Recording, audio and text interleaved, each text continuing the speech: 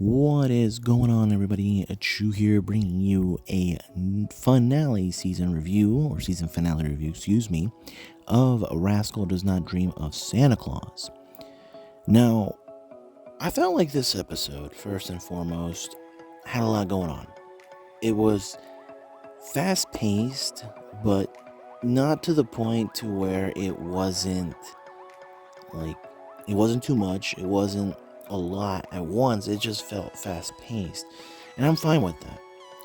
And so it is kind of hard to say, that the story ends on a good note, because we now have like a cliffhanger ending that's going to lead into the finale movie, which I'll be completely honest with you guys, I haven't watched any of the other movies, and I need to, and I'll probably do that soon, truly.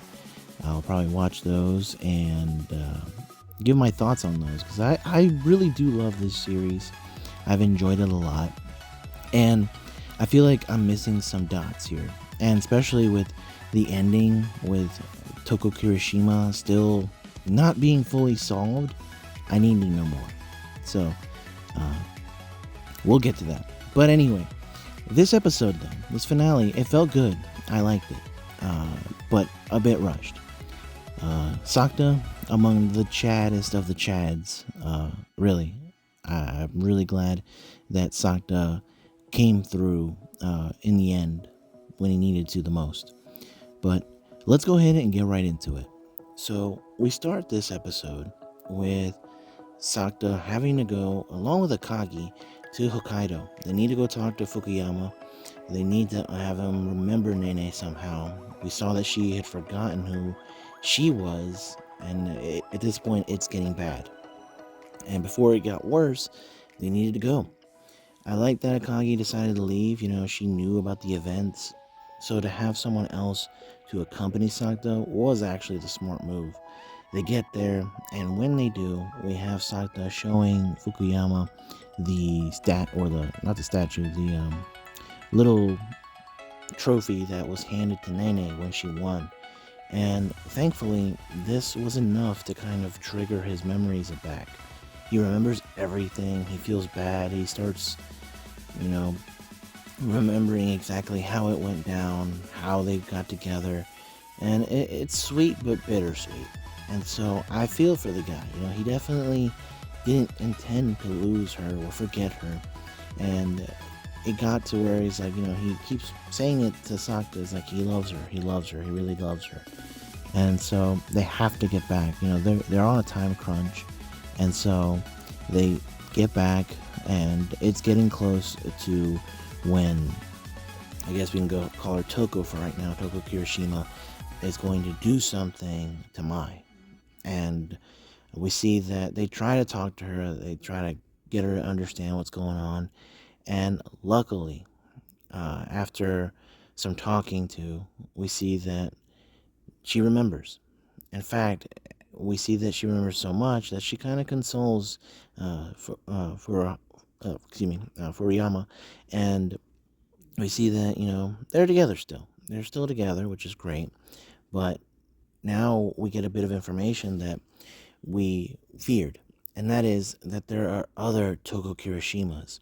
Now, we saw this kind of be a little bit implied in the last episode when we saw Mito talking to SAKUTA about it, how other people were feeling the same way and they had started disappearing.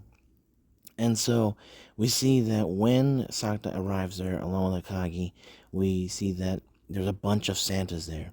A lot of people that believe that there were Toko Kiroshima were out there. And of course, SAKUTA is very fearful of what could happen. So he goes down there and he tries to protect her. And the thing was, I believe it was a misunderstanding. They were all there because of the dreaming that we saw, that they were believing that MAI was going to come out and say that she was Kiroshima, which of course she had already denied weeks ago, but it wasn't enough.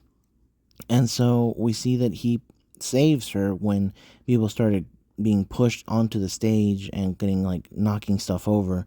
He does push her out the way, and in the process he does get bonked in the head with one of the speakers, and he bleeds out of his head. Luckily, though, Mai runs and saves his head from hitting the ground. Had he done that, he probably would have been gone. That was a very serious injury. Luckily, nothing major.